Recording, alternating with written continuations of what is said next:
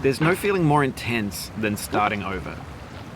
If you deleted your homework the day before it was due, as I have, or if you left your wallet at home and you have to go back after spending an hour in the commute. If you won some money at the casino and then put all your winnings on red but it came up black. If you got your best shirt dry cleaned before a wedding and then immediately dropped food on it. If you won an argument with a friend and then later discovered that they just returned to their original view. Starting over is harder than starting up. If you're not ready for that, like if you've already had a bad day, then what you're about to go through might be too much.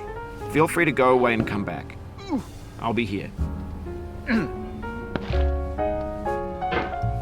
Alright, thanks for coming with me on this trip. I'll understand if you have to take a break at any point. Just find a safe place to stop and quit the game. And don't worry, I'll save your progress, always, even your mistakes.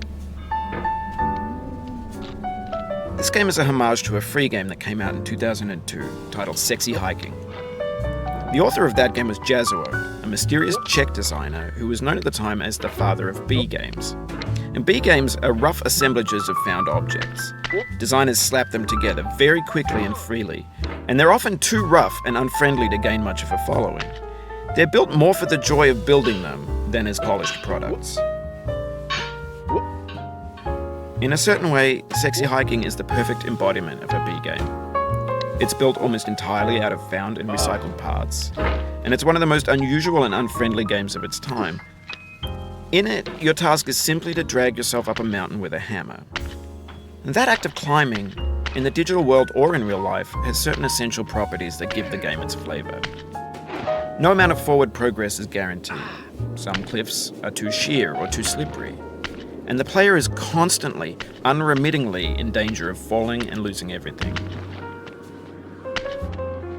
Anyway, when you start Sexy Hiking, you're standing next to this dead tree that blocks the way to the entire rest of the game.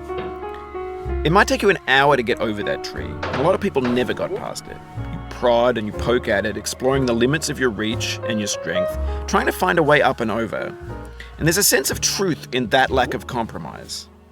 Most obstacles in video game worlds are fake. You can be completely confident in your ability to get through them once you have the correct method or the correct equipment or just by spending enough time. In that sense, every pixelated obstacle in Sexy Hiking is real. The obstacles in Sexy